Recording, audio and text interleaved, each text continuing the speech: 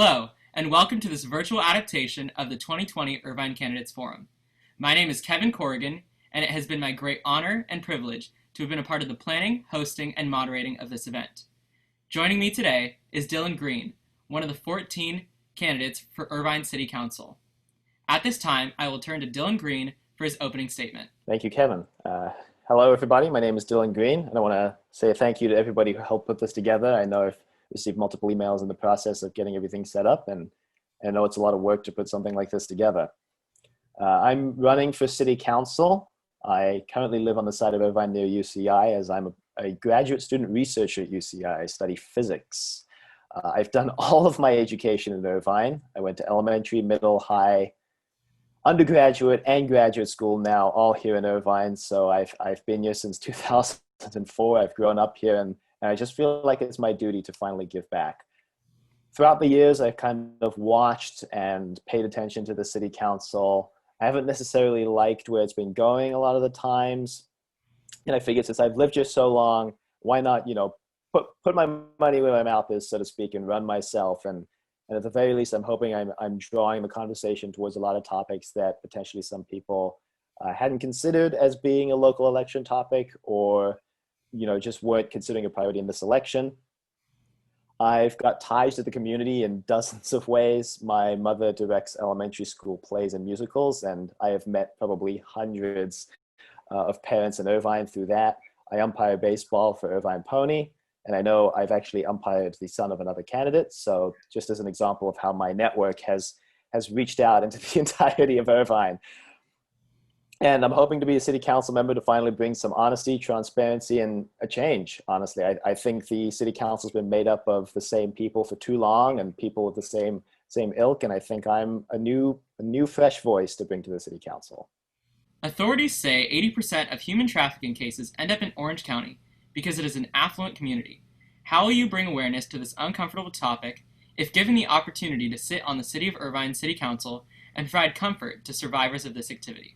So human trafficking is actually a very heavy topic to speak about. And I think that, the people of Irvine are a little bit, like the question asks, it's a little bit uncomfortable to talk about. However, I do think it's important to talk about. I believe it was just 3 years ago now, maybe 2, that a human trafficking ring was actually busted in Irvine. And that's thanks in large part to the Irvine Police Department. I think we need, however, to make it more of a public issue. I know that me personally didn't know that that human trafficking came through Irvine and Orange County as a whole in such large numbers until that ring was busted. And I think that's partially a failure on the part of the police department, partly on the failure of the city council for just not communicating with the residents of Irvine with what's going on, statistics. And it kind of ties into kind of a grander theme of my campaign, which is that the city council is very obtuse and not transparent and doesn't really communicate with the community enough. So first off, that would be my first priority, increasing communication between the council and the people of Irvine.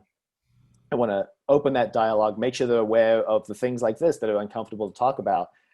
In terms of survivors, I'm in favor of mental health services beyond measure. It's something that's been near and dear to my heart personally in my life. I have worked through mental health services myself, and I think that this is something that the city should be funding, some sort of mental health program, not just for survivors of human trafficking, although it could help them, but also just for things like domestic violence, depression, suicide, etc., to have a city-funded organization that can help with those kind of things. With diversity, inclusion, and belonging being such an important topic, how do you plan on addressing this issue, improving race relations, eradicating any institutionalized racism in the city of Irvine, and making sure the burden does not fall only on those with diverse backgrounds? In recent months, many residents have brought attention to the national issue of racism. Do you believe the city of Irvine has a problem with racism that needs to be addressed?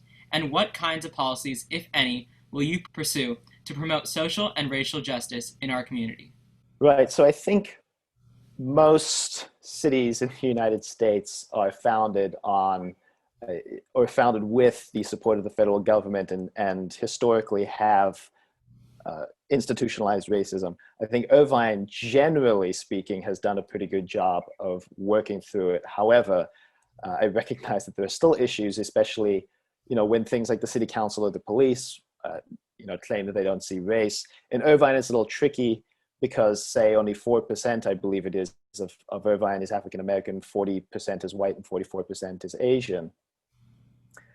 Given that kind of breakdown, I still think, however, it's necessary for us to treat this topic as something that needs to be discussed. It's one of those uncomfortable topics that I mentioned in my previous answer, that we need to have a dialogue between the city council and the citizens of Irvine, because the city council is very insulated from the concerns of the society as a whole. I'm also heavily in favor of, in my plan for police reform in Irvine, in favor of increasing funding to the police for the purpose of racial diversity and inclusion training, things like that. Even though our police department necessarily doesn't deal with it as often as other police departments, just because of the racial breakdown of Irvine, it's something that I still think is important, and something that I think that Irvine can be a leader if they have that kind of training, if they have that kind of dialogue open between police officers, between the council, and between members of the community. Over the past several years, the LGBTQ plus community has fought for inclusivity within the greater Irvine community. Do you have any ideas, plans, proposals to make all minority communities who may feel neglected by other levels of government a part of our city government and included in the Irvine community? Do you think symbols such as flying the pride flag and city council recognitions of our minority communities make residents feel welcomed, included, and proud to be a part of our diverse city? So this topic is quite interesting, because Irvine has actually a much more visible history with LGBTQ plus issues, shall we say, especially compared to race relations. It was only recently, in the past, I believe 3 months, it was June of this year, that they passed a resolution saying they could fly the pride flag above City Hall, something that I personally would have done 10 years ago if we could have, if I was on the city council 10 years ago. Again, it's opening that dialogue between the community and the city council. I strongly believe the city council should work for the people of Irvine. And that comes with, if a member of this community, if they feel marginalized, if they feel like something that the city has control over is not being done in the right way, they should be able to come to the city council. And I think the city council should be obligated to respond to those kind of complaints. I don't know if necessarily it requires a whole nother governing board. I think this is something that the city council should adopt just as part of its daily routine. It should just be open to people bringing these complaints and then working a solution to improve it. I also think that making things like sexual orientation, gender representation, protected classes in the state of California was a good move. There are propositions that might change that, but I think that we can still protect those communities at the city level, and that's something that I'd be in favor of doing at the city level, is making it so that even if the state said, well, these are no longer protected classes, I would work to make it so that in Irvine they are. Irvine Unified School District is one of the lowest funded districts of its size within the state of California. While the two entities are separate, without good schools, everyone's property values plummet. What will you do to build a positive working relationship with the school district? So I was really hoping there was going to be a question about education, because education is one of the main cornerstones of my platform, largely because I did all my education here. I know the benefit of Irvine teachers. I love every Irvine teacher I've had, and I think they should be taken care of. I remember going through school, especially in high school, when we were exposed to these problems where the teachers would reveal they were spending their own money just to buy supplies to teach us. That's the kind of thing that personally I don't stand for. I think we should be taking care of our teachers. The question, it kind of hits on this point where without good schools, the property values plummet. It's interesting because there's also kind of a reverse symbiotic relationship where if the property values plummet, so too will the schools, because in Irvine, because we're the lowest funded, we're actually in the special bracket where we're funded by property tax. So a lower property value actually means we give less money to the school because there's less property tax. Now, my main goal on the city council, because this is something that's technically controlled by the school district, would be fostering that relationship with the school district. Most, if not a huge proportion of my supporters are teachers I had when I was in school. They've talked to me about running before. They've encouraged me to do so when I've expressed that desire. And so I would hope that I can use that that relationship to start fostering a much more productive relationship between the city council and the school board.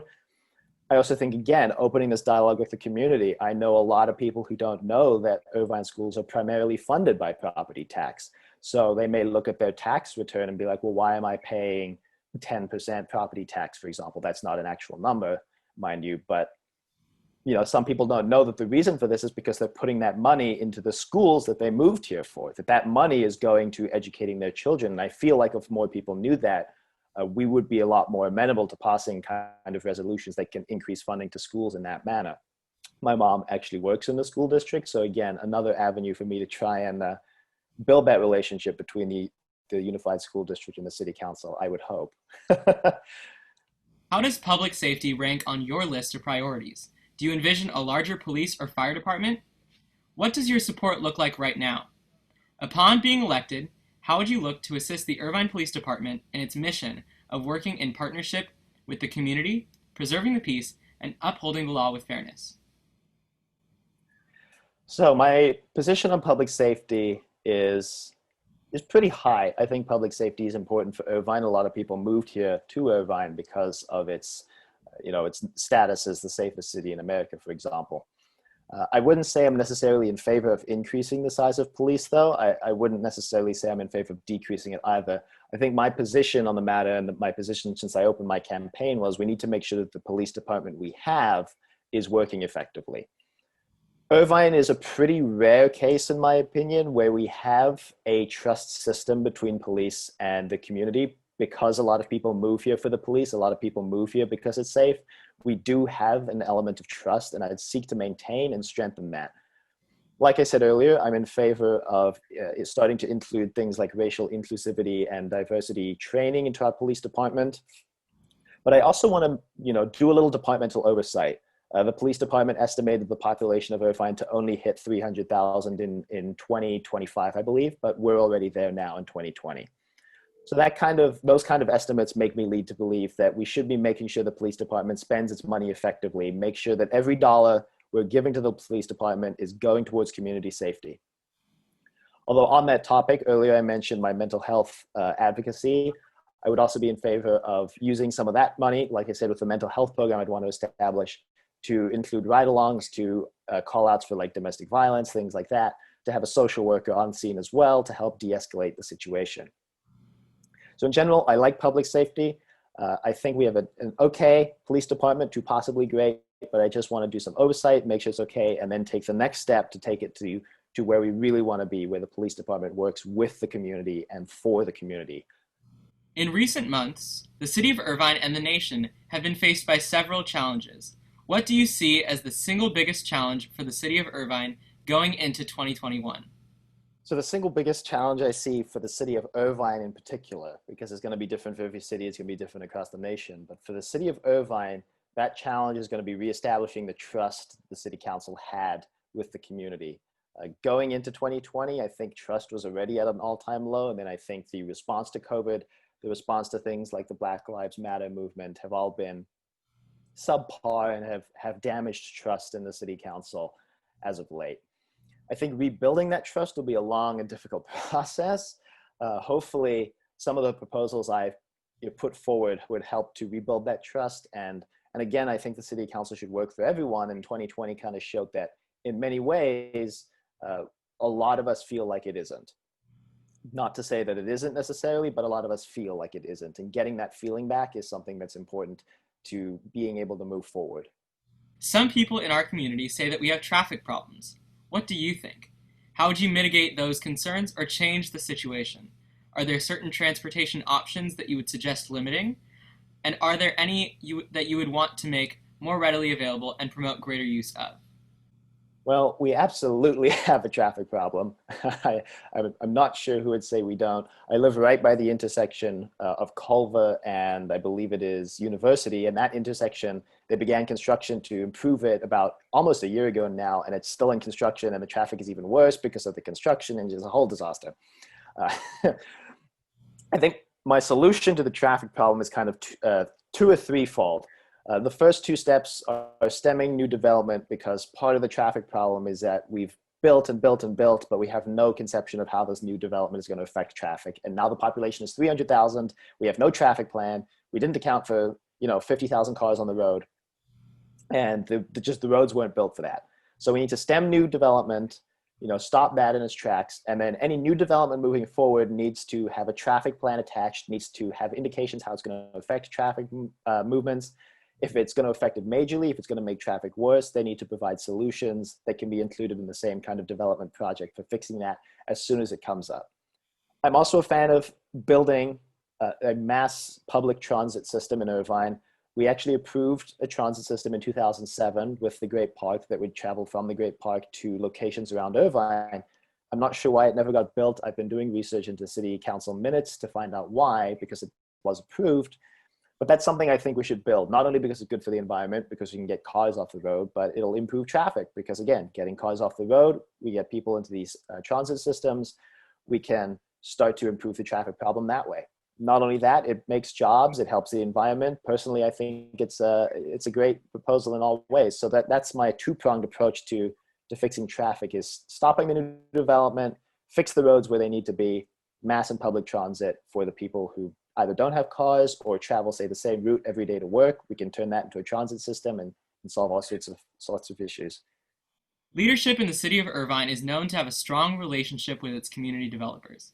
During your term, do you think that building new homes and commercial space, or rehabbing, expanding, and better utilizing our existing homes and commercial space will be of greater importance? Has any major community developer contributed to your current campaign, and would this contribution influence this decision? So I think moving forward, our primary goal should be better utilizing the space we already have. And my reason for that answer is because you can drive down the 405, you can drive down Colby, drive down University, you can look and you can see there's all these offices, drive down Sand Canyon. We have a bunch of office buildings that are sitting empty and unrented, and we continue to build more. And we need to fill those spaces before we start building more. I'm sure there's an element of foresight in, what if we need these offices, but clearly we don't yet because there's no one filling them and they're sitting empty. So we need to better utilize our space we have. We need to start getting people into the city to work in those office buildings. That's part of the reason why I advocate for affordable housing, because we want people who work in these businesses to live in Irvine, because then they give us money, they give the city of Irvine money, and they pay into our local economy. But also because we bring businesses here by giving them a workforce here to work for them. So it's kind of a nebulous problem that has many solutions. I have not accepted any developer money. I will not accept developer money. I disavow developer donations. And in order to prove that, because it's very easy for me to lie if I wanted to, I do link to my campaign filings. Those are public for people of the public to look at. However, in order to ease people's research, in order to make it easier for people to hold me accountable, I post my filings on my website so people can just easily go there, click them, and then boom, you can see I didn't take any developer money. And I think that's important for building that trust with the community. I'm putting my campaign strategy out there. I do live streams weekly and I tell people what I'm going to do on the campaign. None of my opponents have caught on yet, but people can know what I'm doing. People can prove that I'm taking money where I'm saying I'm taking money. And I do think it would affect your decision. If a big developer donated to your campaign or to your personal fund, I think that would affect your decision. So that's why I encourage this kind of accountability and transparency. What measures would you support to reduce the effects of climate change on public health? How can the city reduce its dependence on fossil fuels and reduce its carbon footprint? Should reports from the Council's Environmental Advisory Council be a regular item on the City of Irvine City Council agenda? So climate change is near and dear to my heart as well, not just because my last name is Green, but because it's something that, my generation and people, of the next generation after me are going to have to deal with for years to come. I think Irvine has the ability and the infrastructure to become a leader in this fight. I think Environmental Advisory Council reports should absolutely be required at the City Council. I think the City Council should hear information on everything pertaining to the city, but especially to the environment. I would be heavily in favor of things like a clean air ordinance. I'm in favor of community choice energy because it helps drive us away from fossil fuels towards renewable energy for our homes and houses. And on that topic, I've made a public pledge to get every city-managed building on renewable power within, say, 10 years is usually what I say. won't be on the council for 10 years, but that's my pledge, because I think that, change really starts at the council. Change starts at the city. And so if we can start, convincing people that this is the right way to go, making sure that we're implementing these strategies ourselves, then that's the best thing to do. Again, also reducing the effect, public and mass transit, get people off the road, community choice energy. So those are kind of my plans for moving forward with green energy, climate change, and making it a real problem that we have to deal with, because it's something that we should be dealing with right now, or 10 years ago if we could, but right now is the second best option. As you may know, the City of Irvine anticipates a $20 million deficit. If elected, what 3 steps would you take to put our city on a firmer financial footing and help eliminate longer-term city fiscal impacts of COVID-19? So the impacts of COVID-19 are actually not the bulk of the reason why we're facing a deficit. The major reason we're facing a deficit is because the budget's been mismanaged the past couple of years. However, the COVID-19 situation has exacerbated the problem, made it worse. I think the best way moving forward is we're going to need to reopen the local economy in the safest way possible. Now, it's going to add to the deficit a little bit in the short term, but this is where you balance the short with the long term. I think in the short term, we need to start providing PPE for small businesses in Irvine that can't afford it for themselves. Opening those businesses will get the money flowing to the economy, will allow people to start paying taxes again, because that's the main source of revenue that the city is going to be working with. So providing PPE, providing things like masks, cleaning stations, hand sanitizer, especially to businesses that can't afford that. They didn't budget for this extra expense that they're going to have to face this year. The city can step in, the city can help them open, and once they're open and that money is again flowing into the hands of private citizens, those people can then pay their taxes back to the city, paying us back not just for the PPE, but also for the deficit that's, that we need to fulfill in other ways. The City of Irvine City Council also has the opportunity to sit on the Orange County Great Park Board. Do you find concern with any current projects or plans? Are there any projects you would propose or hope to see come to fruition? So I think it's good that the City Council serves as kind of the Great Park Board, and they have that ability and that oversight. I think that some of the projects that have been proposed, there's some information missing. Things like Wild Rivers, things like the amphitheater. The amphitheater, as far as I'm aware, was built to be a temporary replacement for the Verizon amphitheater. And to me, that's a little concerning that we put all this money, because again, the deficit came from multiple places. We put this money into this amphitheater that was supposed to be temporary. These are the kind of things that we want to fix in the Great Park Board. The Great Park should be building towards a permanent status. We should be building things to last. Also, I'm concerned that we've basically approved the veteran cemetery like half a dozen times. It's come up for vote, and half a dozen times it's been approved, and half a dozen times construction has not started.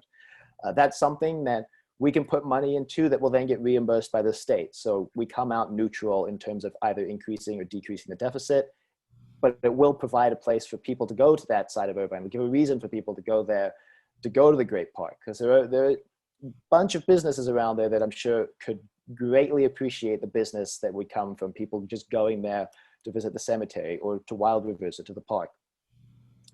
In general, I think they're doing a pretty good job managing the Great Park. However, I do think there are improvements to be made, and we need to start really focusing on what's going to be built there, when is it getting built, and can we start now?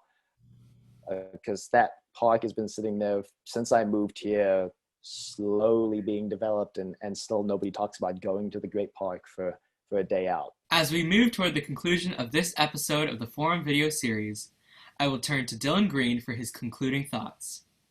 Thank you again for hosting this forum, and thank you for having me. I think we hit on a lot of great topics during our talk today. I do pride myself on trying to have a plan and a policy position for basically anything anybody could think of, and I try to keep my website extremely detailed because of that. So if you have any questions about any of my topic platform statements, my policy positions, just feel free to go to my website. I have half a dozen pages about every topic you can imagine: education, climate change, COVID, transparency. Like I said, I try to be a very detail-oriented candidate. I try to work for everybody. I have an open door policy. You can send me emails, contact me via Facebook.